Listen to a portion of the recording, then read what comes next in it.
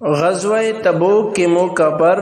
حضرت عمر رضی اللہ عنہ کا حضرت ابوبکر صدیق رضی اللہ عنہ سے مقابلہ۔ حضرات صحابہ کرام رضوان اللہ علیہ مجمعین کو دیکھیے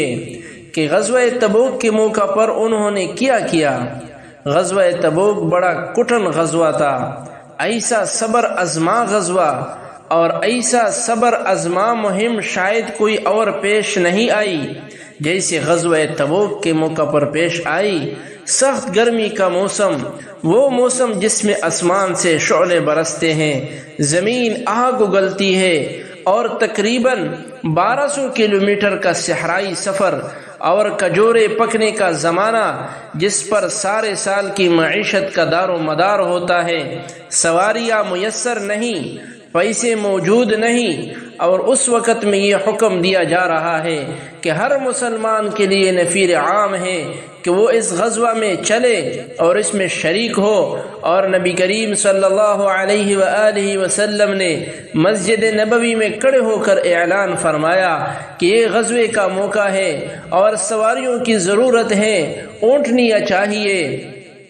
پیسوں کی ضرورت ہے، مسلمانوں کو چاہیے کہ بڑھ چڑھ کر اس میں چندہ دے،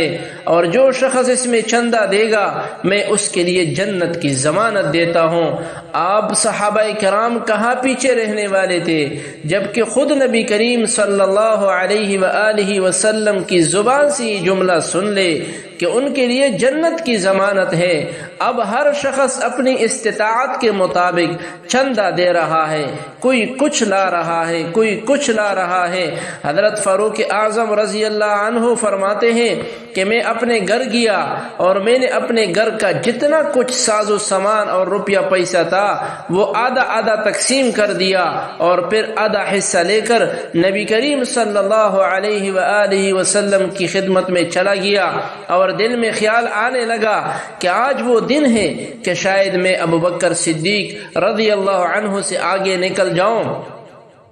یہ جو جذبہ پیدا ہو رہا ہے کہ میں ان سے آگے بڑھ جاؤں، یہ ہے مسابقت الی الخیرات، مگر کبھی ان کے دل میں یہ جذبہ پیدا نہیں ہوا کہ میں حضرت عثمان غنی رضی اللہ عنہ سے پیسے میں آگے بڑھ جاؤں، کبھی یہ جذبہ پیدا نہیں ہوا کہ حضرت عبد الرحمن بن عوف رضی اللہ عنہ کے پاس بہت پیسے ہیں، ان سے زیادہ پیسے مجھے حاصل ہو جائے، لیکن یہ جذبہ پیدا ہوا کہ صدیق اکبر رضی اللہ عنہ کو اللہ تعالیٰ نے نیکی کا جو مقام بخشا ہے ان سے آگے بڑھ جاؤں۔ تھوڑی دیر میں حضرت صدیق اکبر رضی اللہ عنہ بھی تشریف لائے اور جو کچھ تھا حاضر کر دیا۔ سرکار دو عالم صلی اللہ علیہ وآلہ وسلم نے پوچھا، اے عمر گھر میں کیا چھوڑ آئے ہو؟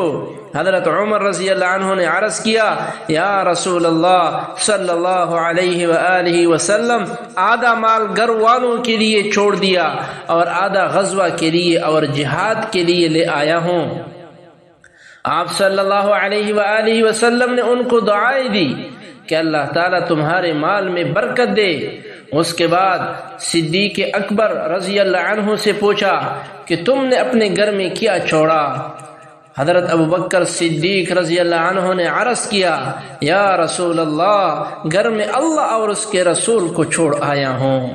گھر میں اللہ اور اس کے رسول کو چھوڑ آیا ہوں، جو کچھ گھر میں تھا سارا کا سارا سمیٹ کر یہاں لے آیا ہوں۔ حضرت فاروق اعظم رضی اللہ تعالی عنہ فرماتے ہیں کہ اس دن مجھے پتا چلا کہ میں چاہے ساری عمر کوشش کرتا رہوں لیکن حضرت صدیق اکبر رضی اللہ عنہ سے آگے نہیں بڑھ سکتا۔